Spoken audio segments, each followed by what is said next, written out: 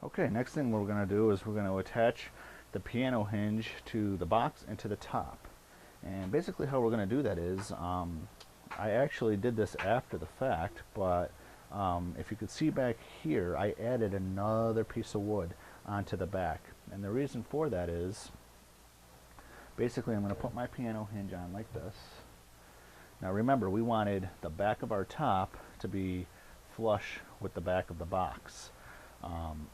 So basically, in order to do that, I had to add this extra piece of strip, which then will get screwed in through the back in all the holes, and then the top will get screwed in through here. So basically the top will sit on here, it'll sit nice and flush with the rest of the box, and then that way when it opens, if you could kind of see through the hinge, it'll open just like that.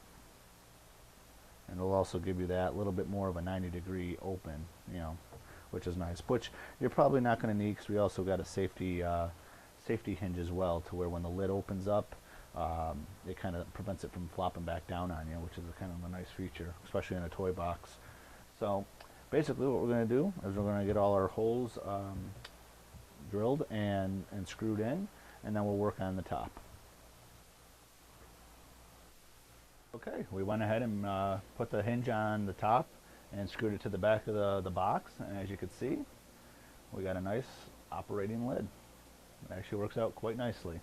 So now we're going to just mount our self-dropping hinge, I guess you could call it. There it is right there. We'll mount that to the box, and that'll basically keep your lid from slamming down on you.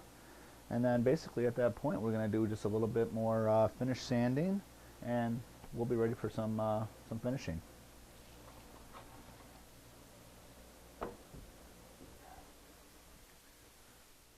Okay, now we're going to polyurethane the box. I've already put a few coats already on it, so we're on to our last coat, and then after that I believe the project will be all done. I used Czar Ultramax polyurethane. Figured that would be a good choice for this, and it also gets applied with this nylon polyester brush. It leaves on a nice coat, and just after a little bit of sanding after it all dries, the project should be all set. So let's get to it.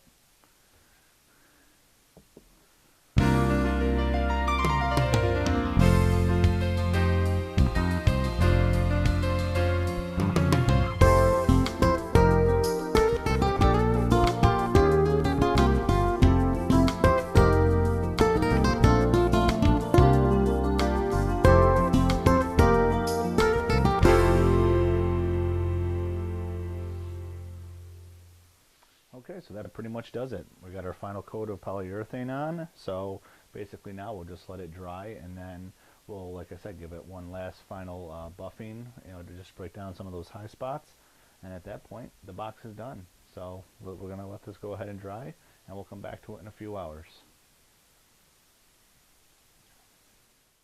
This is it. The project is all done, and I got to say I'm very happy about how it turned out.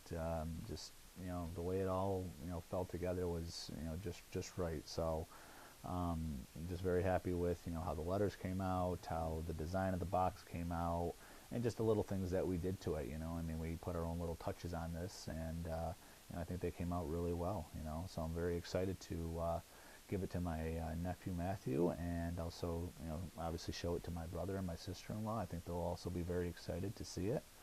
And I gotta say, I had a lot of fun building this project. There was a lot of meaning that went behind it. This wasn't just run-of-the-mill project that you do for just any old client.